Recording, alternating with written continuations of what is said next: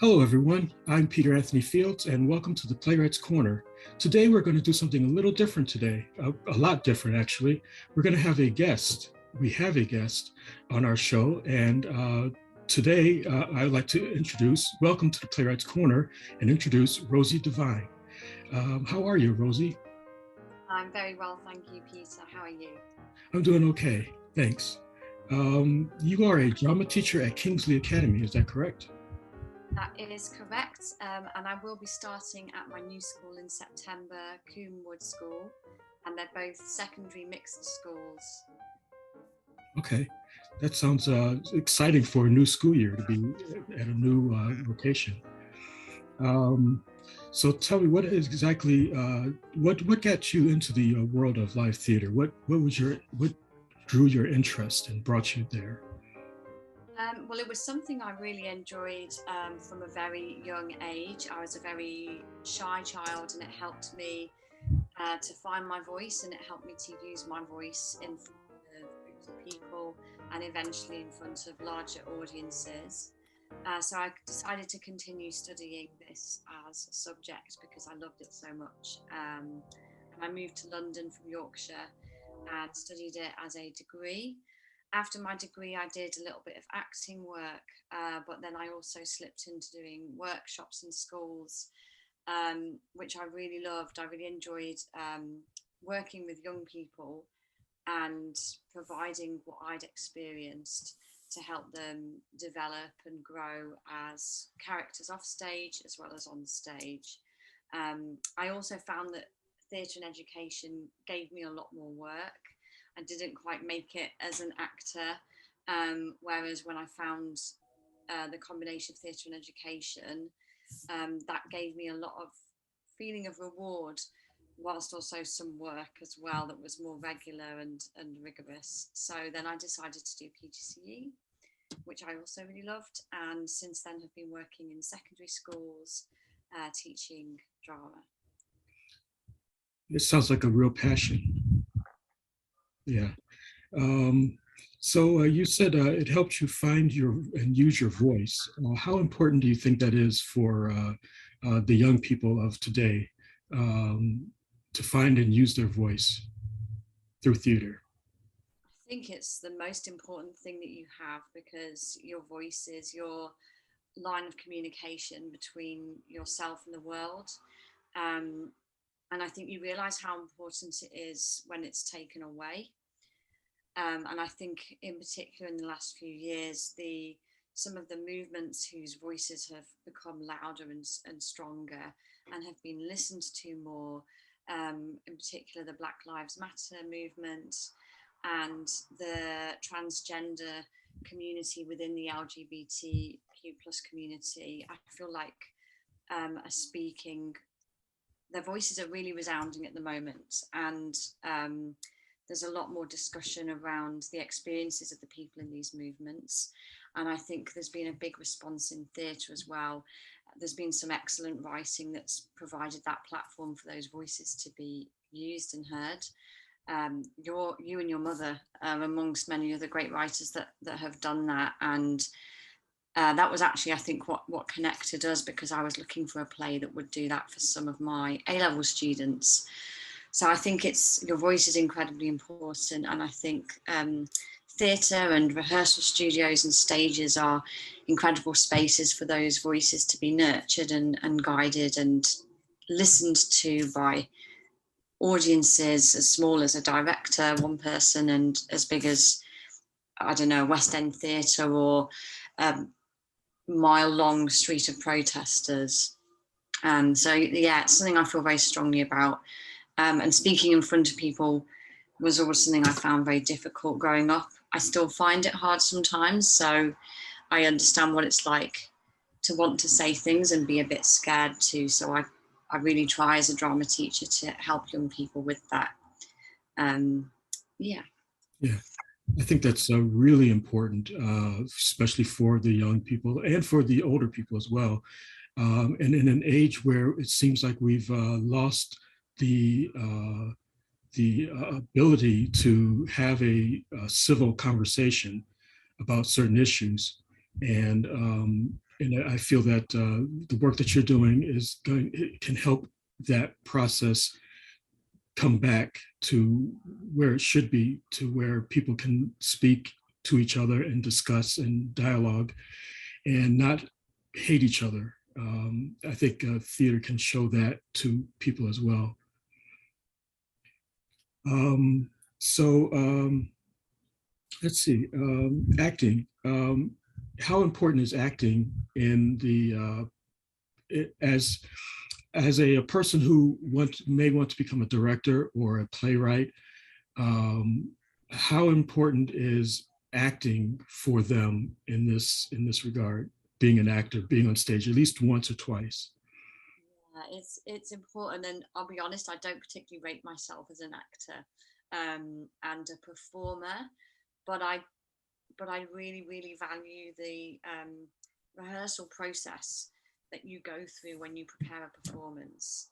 And because I think what happens in a rehearsal process is you have to study and understand yourself, and then study and understand somebody that isn't you, and then the rehearsal is that journey from self to other, and the empathy that can be built on that voyage I think is incredible. And I think empathy, to have empathy and to know how to build it when it's missing, is, I think it's the most valuable knowledge that you can have. And I think that rehearsals that lead up to a performance can really let that germinate at an incredible level, particularly if you're working with an amazing director um, and a great piece of script as well. So I love theatre, and I love going to see shows, and I enjoyed being in them as well. But I think for me, I get very excited by the rehearsal space and what happens in rehearsals. Yeah, so do I. As a playwright, I love the process of watching the actors and the director work together, and the lighting director, and all the team, the whole team, whole company, as they work together to bring this story to life. I just absolutely love watching that process. And you mentioned empathy. Empathy is really high on my list. I want to be an empathetic person, and understand what people experience and what they're going through, and understand their side of the story, and not be quick to condemn or just not understand. So yeah, very good. That was very Um, pleasant in your writing. I really enjoyed. So I've read a few of your plays, but that guy in particular, I think it was really good how everybody, all of the characters got to have a voice, and they were voices that you might in everyday life try and shut down because they offend you and um, don't show you a viewpoint that makes you feel very understood, but they have to be there so that that discussion can take place and an understanding can be arrived at. So that's something that I do really like in your writing. Thank you. I appreciate that. Um,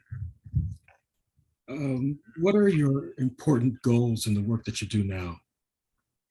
That's a really good question to ask me today because I've actually been writing my curriculum intent. So the great thing about teaching drama is that although there is a national curriculum there, you have so much freedom. It's very different to English and maths, where there are topics you have to cover, and you have to cover them at certain points throughout the course. And with drama, you have so much more freedom, and you can adapt what you do based on who you're doing it with, so that it can really reflect the people that are experiencing it, which I feel it should do. And so I've been really working over the last 3 years on decolonising the curriculum and just making sure that the curriculum celebrates people from not just a wider range of backgrounds, but who have had a wider range of experiences, and ones which in the past might feel a bit intimidating to approach in the classroom. So I'm just trying to make sure that it's a curriculum that's exciting and provides an escape and a creative outlet, but also as well provides a space to look at some things that are happening in the world, happening in the classroom, and happening to the people in that classroom, in a way that's sensitive and safe, without avoiding the potential difficulty of the topics. Could you repeat the question to me, because I think I might have got away from it a little bit. No, I think you're right on the point. The question was, what are some of the important goals in the work that you do now? That's sorry. Yeah, that's it. And so the goals are to make sure that you're exciting your students, by showing them what's possible. So making sure that you're exposing them to the technical side of theatre, and how to light, how to costume and dress a scene really well, the different effects you can achieve with different styles of theatre and different set pieces, and also giving them skills as a performer and a technician as well, so that the ideas that they have can be realized. So the skills, but alongside the skills as well, um, showing them the processes and the explorative strategies that are available in a rehearsal studio, and when picking up and exploring a text, so that they can start to develop some different lenses that they can look through the world at. They can understand who they are a little bit better. They can look at what it is inside themselves they want to grow, and what they want to maybe challenge and overcome.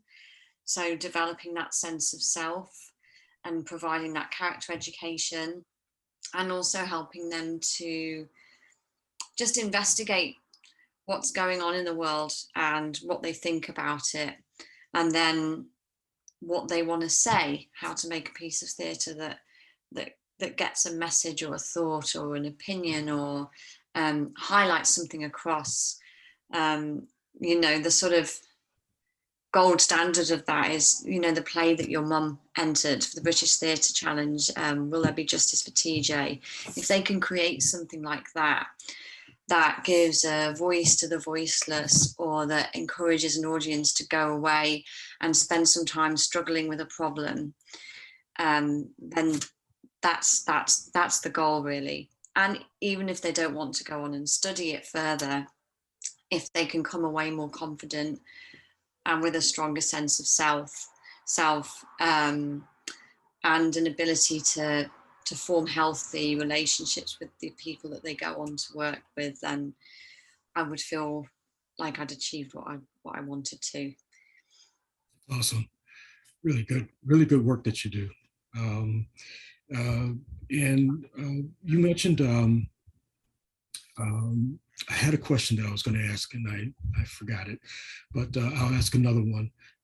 You mentioned about the excuse me, the costumes, and the how that how that informs character, and, and so can you talk a little bit more about that? How you feel that that could help with the young people as well? Absolutely. So often, like, you think about building a character from within, but sometimes it's external elements that can inspire your movement, or help you with visualizing who you're trying to create. So encouraging students to bring in, thinking about costumes as clothes as well, rather than costumes, um, so that there's a sense of reality in the character or the being that's been created. And a really nice homework, which was an idea I stole off John Mitten, who I know you've worked with a little bit through British Theatre Challenge and other things. When he was at East 15, he had a teacher that asked them to bring in a secret special possession that their character had, and keep it in their pocket.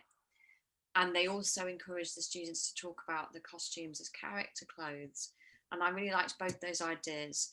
I liked referring to costume as character clothes, because clothes is real, and it's something that's daily. So it gives a feeling of reality, but also of breadth to the character. Like, they don't just begin and end with the play, but actually they live in the world, and they inhabit your imagination beyond the script. And I love that idea of having a secret special item as well, because that's something that only you know is there. and then that can lead to ideas that you haven't looked for. They just come of their own accord.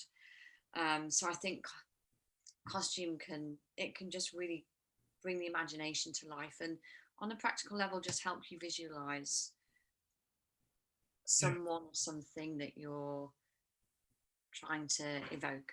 right. Exactly. And it's just good for playing as well and being a bit silly. They're great for using in games. Like we have a big box of hats, and it does do a lot of work for you. You know, if kids put on different hats, it does immediately just change how you walk and how you behave to somebody else in a different hat. So um, it can create a sense of play and a sense of fun that stops you overthinking a bit. Exactly. That's really great. I love the idea. Excuse me. I love the idea of the having the object that only you know what it is. And that reminds me of Meryl Streep had told a story that she said she has a secret on every film that she makes. She has a secret that only she knows about her character, and she doesn't share it with the director or the other actors, but it's something that only she knows. And I found that really fascinating, and I actually passed that when I was directing back in the day. Um, I would pass that advice on to some of the actors to have a secret that only they know. And so, yeah, I think that's a great device to use to have. It's empowering a secret, isn't it? Yeah, It's that feeling of holding something that only you have. I mean, Meryl Streep, she's cracked it, hasn't she? So anything she says, I'll go with. yeah. Um, let's see. What do you see as the future of theater? I think it's such a better future than often, particularly in the UK, the government and the media can try to lead you to believe. And I think lockdown really showed that it's an unstoppable force, theatre, and it's not something that was ever created. It's in people, it's inbuilt in us to perform, and we have no choice but for it to exist. It's completely intrinsic to human life and the human condition. I think that the future of theatre is a very exciting one, because there's just so much to work with. So much has happened and will continue to happen in the world, good and bad. I think unfortunately at the moment there's a lot of bad, but it's something that allows us to struggle with it and turn it into something beautiful or something honest and difficult that helps us survive and learn and move through and move forward. Um, I think the future of theatre and education, I think it's been a very difficult few years, and the exam system has let down quite a lot of students in terms of how they've been assessing them, and also how they've processed results. It's not been an easy couple of years, and the recovery from COVID, I think, has been a little bit rushed. And I think there's a lot of work and tidying up and apologising to be done, if I'm honest, on that front. But I think in spite of it being sometimes eroded and pushed around a bit from pillar to post, particularly, I see it in schools and in education. That's kind of my pocket that I'm in. I just think it's an unstoppable force, and I think that it's almost like the worse things get, the better theatre becomes, and I feel like I have a lot of faith in it to continue, and I think it's here not because it's wanted, but because it's needed. Um, and yeah, I'm excited to see how the next few years unfold. And I know that even though it's going to be difficult for me as a teacher, I definitely feel like I'm teaching the right subject for the right reasons. Awesome. Yeah. Yeah. I feel the same way about theater. I share your thoughts, and it's encouraging, very encouraging. Um, and why don't we wrap up with a question that I have, since this is the Playwright's Corner, and I am a playwright, which reminds me, I want to mention, you mentioned John Mitten. He's a great guy, and he does an incredible service for playwrights by offering the British Theatre Challenge to enter and have your play performed on an off-West End theater uh, venue. And it's so big thumbs up to John Mitten. Yeah. So why don't we end with the question about playwrights? Do you have any advice for playwrights that are coming up today? Old, new playwrights like me, I'm old and I'm new, and new playwrights who are young and new and just starting out. I think my first advice is keep doing what you're doing. New writing is so important. And I think with writing as well, you know when you're writing about what you're supposed to be, what you're sort of destined to be writing about, I think, when you get that fire in your belly. So I think notice the feeling that you have when you're writing, notice the sensation. And when you feel that fire rising up inside you, and you feel anger or relief or anything that's heightened inside, then you're supposed to be writing about what you're writing about, and keep going with it. And the redrafting can come. Don't worry about it being good or bad, or certainly don't worry about it making a lot of, if any, sense. But I think notice the feeling that you're experiencing when you're doing it, and keep doing it, because young people need new writing, because it's coming from the world they're in now, and that's important. Excellent. Thank you so much, Rosie. It's been a joy to have you on the Playwrights Corner, and we can have you back anytime soon. I'm testing this format out. This is my first time having an interview, and so I think it went pretty well. I think you did great. It's been lovely to be here, and thank you very much for inviting me. It's great to talk about all of these things that you've been asking, so thank you, Peter. You're welcome. Thank you. All right. Well, that's it for the Playwrights Corner for this session. Thank you guys out there for joining us, and I hope you liked this format. And if you do, give us a thumbs up right at the bottom there, and leave a comment if you like. So thank you again, Rosie, and happy theater making, and we'll see you guys later.